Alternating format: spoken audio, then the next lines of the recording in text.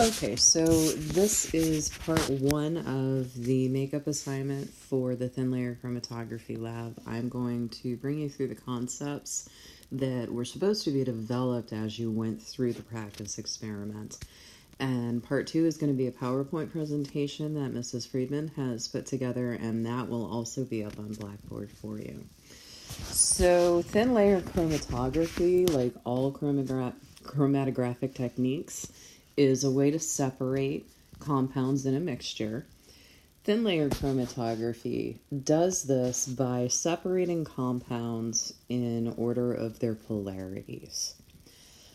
So, like every chromatography technique, there is both a stationary phase and a mobile phase. The stationary phase in TLC is usually a thin layer of silica or alumina that has been sprayed onto a surface. We used a plastic plate. Sometimes you have glass plates that have just a very thin layer of silica or alumina sprayed onto it and then allowed to dry to turn into a nice even layer. The mobile phase that you use is something that we call an eluent, and this is usually an organic solvent or a mixture of organic solvents.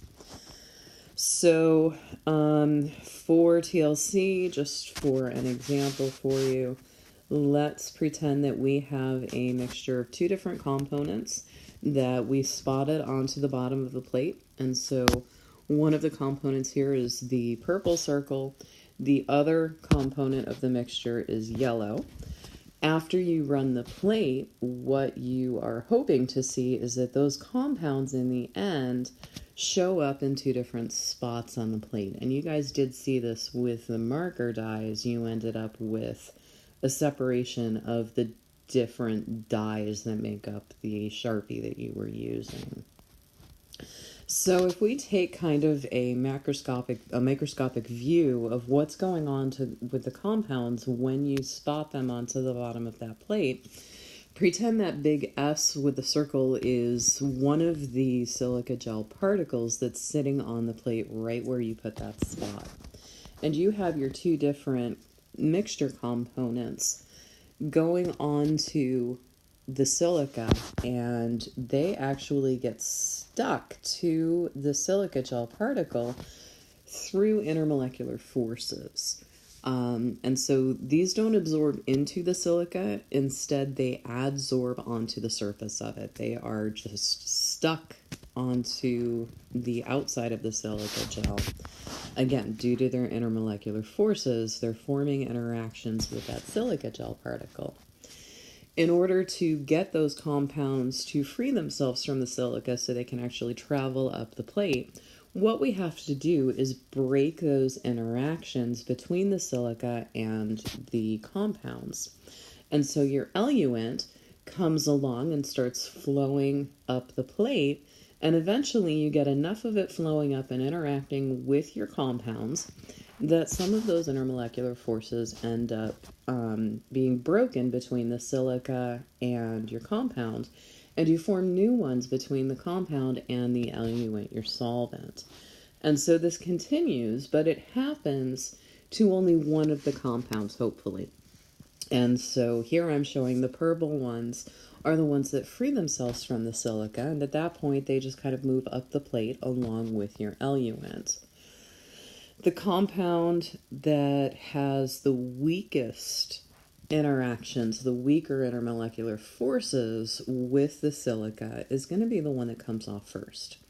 And so we do need to think about the intermolecular forces as we go along here. So which ones have the weaker interactions with the silica? What you want to be looking for are compounds that are less polar and compounds that have fewer hydrogen bonds.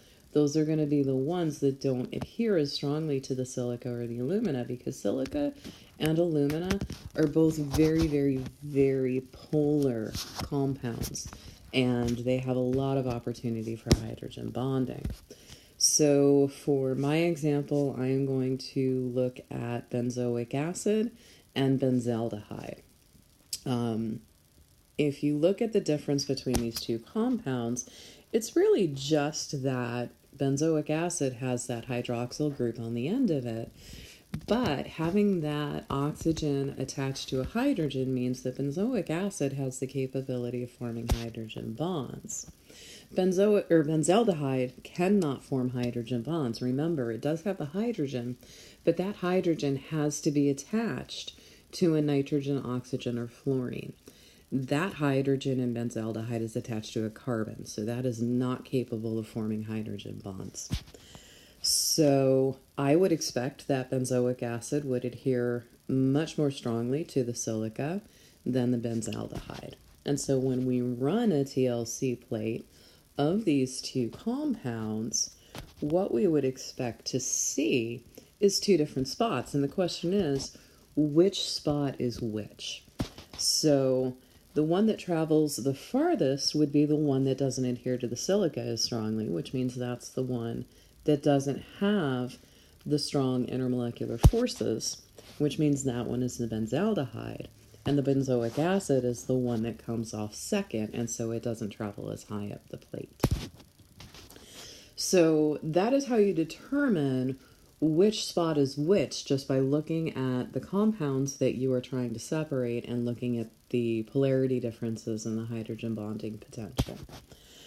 Now we're going to switch gears and we're going to talk about the effect of the eluent, the solvent system that you're using to wick your compounds up the plate. Please note, the effect of the eluent does absolutely nothing to the specific ordering of the spots. Benzaldehyde still comes off first. What changes is the spacing of the spots. So the idea of this is a less polar solvent isn't capable of disrupting the interactions between your compounds and the silica gel as well as a polar compound. So if a less polar solvent is not capable of basically ungluing your compound from the silica gel, that means that your spots are not going to travel as high because it takes much more solvent to get them to free themselves.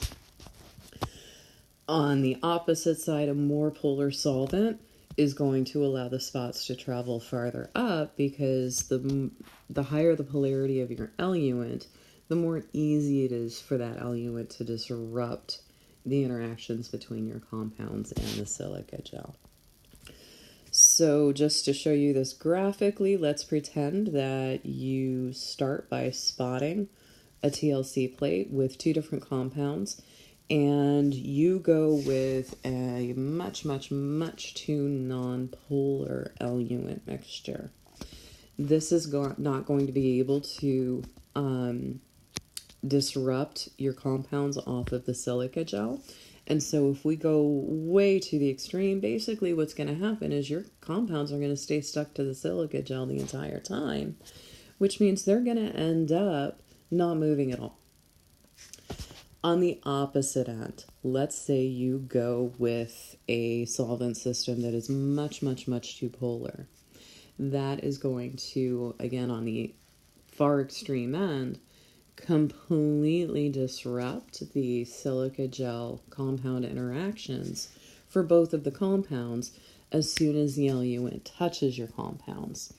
So those are just going to flow up immediately along with your eluent, and you are going to end up with both of your spots riding the solvent front, getting absolutely no separation. What we want to aim for TLC is something that's more in the middle, something that allows them both to be disrupted by something that will allow them both to be disrupted from the silica, but to do so at different times. And so we want something that is in between the two non-polar and the two polar, so that we do obtain separation. And we can calculate separate retention factors for each spot.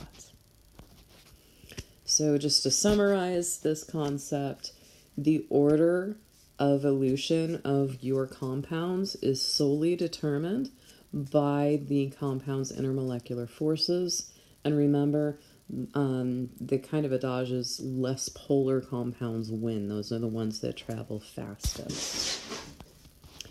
And the speed of elution, how high your individual spots travel, is determined by the eluent's polarity. The more polar the eluent, the farther up your spots will travel. So, if you run a TLC and you find out that all of your spots are too high, what you want to do is decrease the polarity of the eluent. And if your spots are too low, you want to increase the polarity of the eluent. That is the end of my video. It's as far as I'm going to go here. So now what you're going to have to do is go into Blackboard, and you will see a PowerPoint presentation that Mrs. Friedman has put up. That will show you some pictures of TLC plates of the actual experiment that was performed by sections, I think, on Wednesday. So that will allow you to finish up your portion of the lab report. Good luck. Bye.